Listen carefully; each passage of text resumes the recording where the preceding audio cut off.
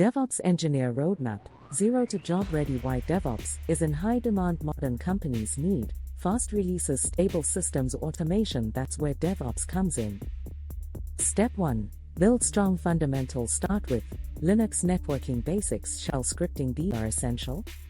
Step 2. Learn version control. Understand Git workflows, branching, merging. Use platforms like GitHub. Step 3. Learn C/CD continuous integration, continuous deployment. Use tools like Jenkins. Step 4. Learn containers. Understand containerization with Docker package apps with dependencies. Step 5.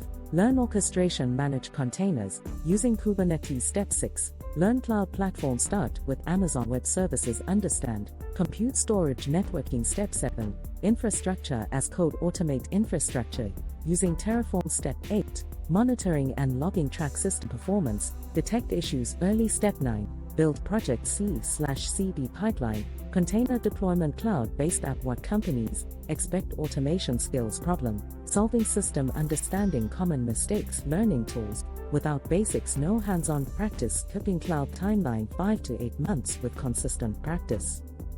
Career path. Junior DevOps Engineer. Platform Engineer. The final take. DevOps is not just tools.